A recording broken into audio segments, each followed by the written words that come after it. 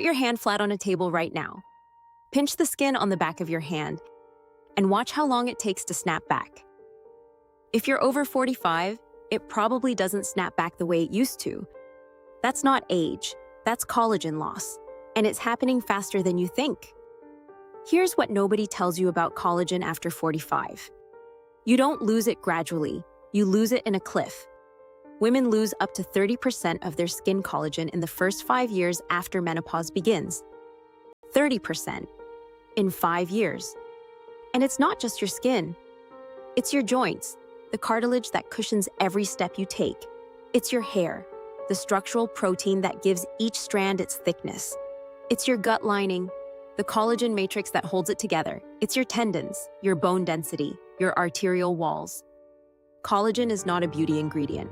Collagen is structural infrastructure. And after 45, yours is collapsing at a rate your body cannot keep up with on its own. So what actually happens when you give your body what it needs to rebuild?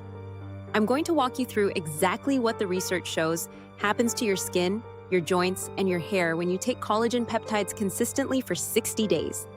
Not what the marketing says, not what the before and after photos show. What the peer-reviewed studies actually measured. Because there's a significant difference, and you deserve to know which part is real. Let's start with your skin. The most studied benefit of collagen peptides is skin elasticity and hydration. A 2021 systematic review of 19 clinical trials found that oral collagen supplementation significantly improved skin elasticity, hydration, and density after 8 to 12 weeks of consistent use. But here's what the marketing doesn't tell you. The type of collagen matters enormously. Type 1 collagen, the most abundant in your body, is what your skin, hair, and bones are made of. Type 2 collagen is specific to cartilage and joints. Type 3 supports skin elasticity and organ structure.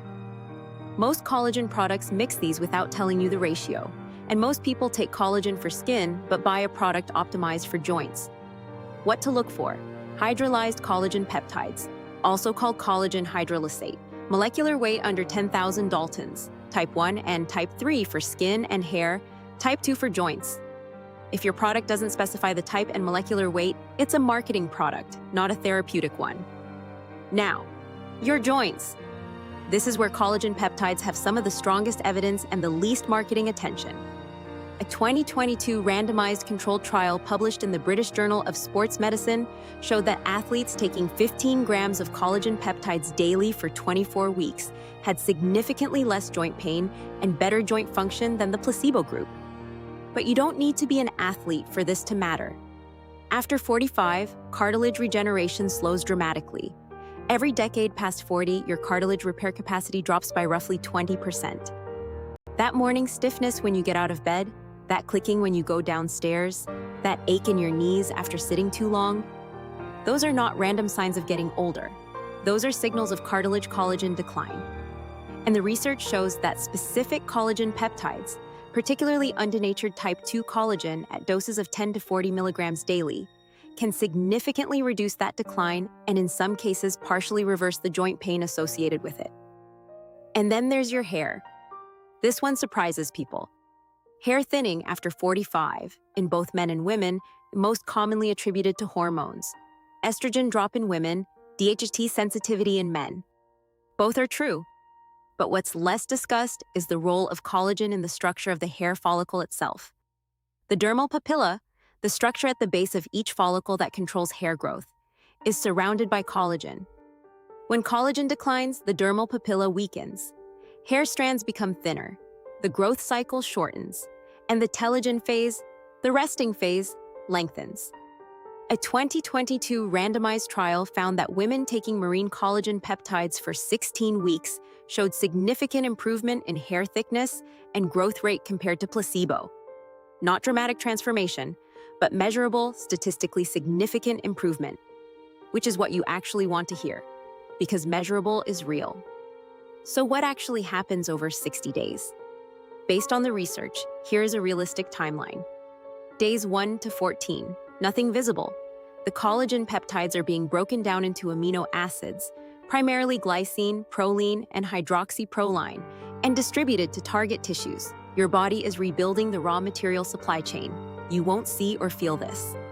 Days 15 to 30. Some people report improved skin hydration first, not tightness, hydration. The skin starts to hold moisture more effectively. Joint stiffness may begin to reduce slightly. Hair changes are not yet visible. Days 30 to 45. Skin elasticity begins to show measurable improvement.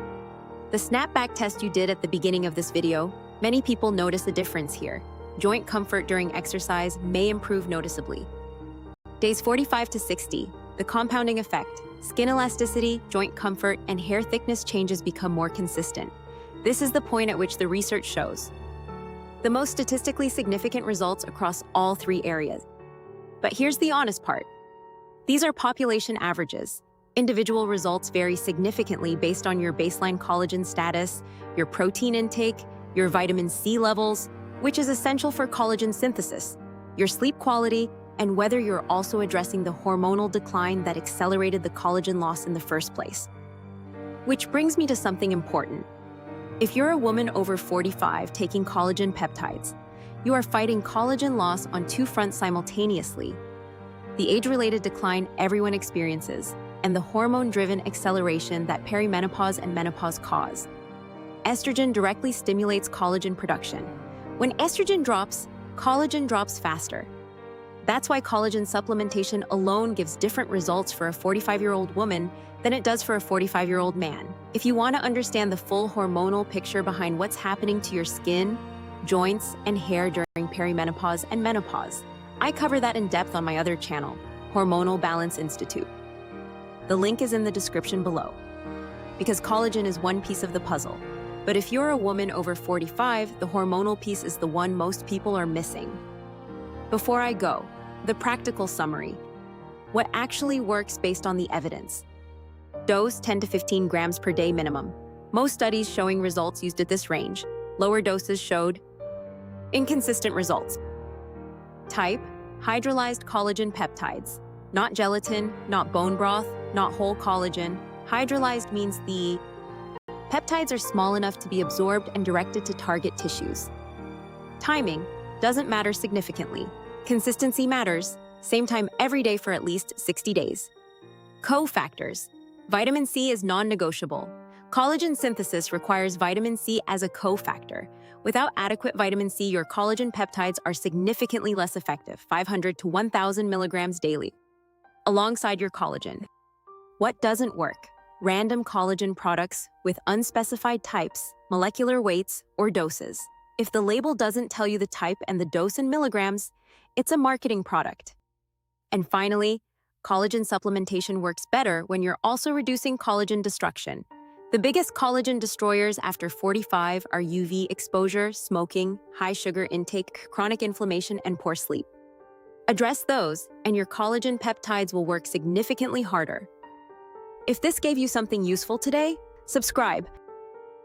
Every week on this channel, I cover what the research actually shows about peptides, hormones, and performance after 45. No supplements to sell, no sponsors to please, just the science, clearly explained. Hit subscribe, and if you know someone over 45 who's watching their skin, joints, or hair change, share this video with them. Because the information exists, it just isn't reaching the people who need it. I'll see you in the next one.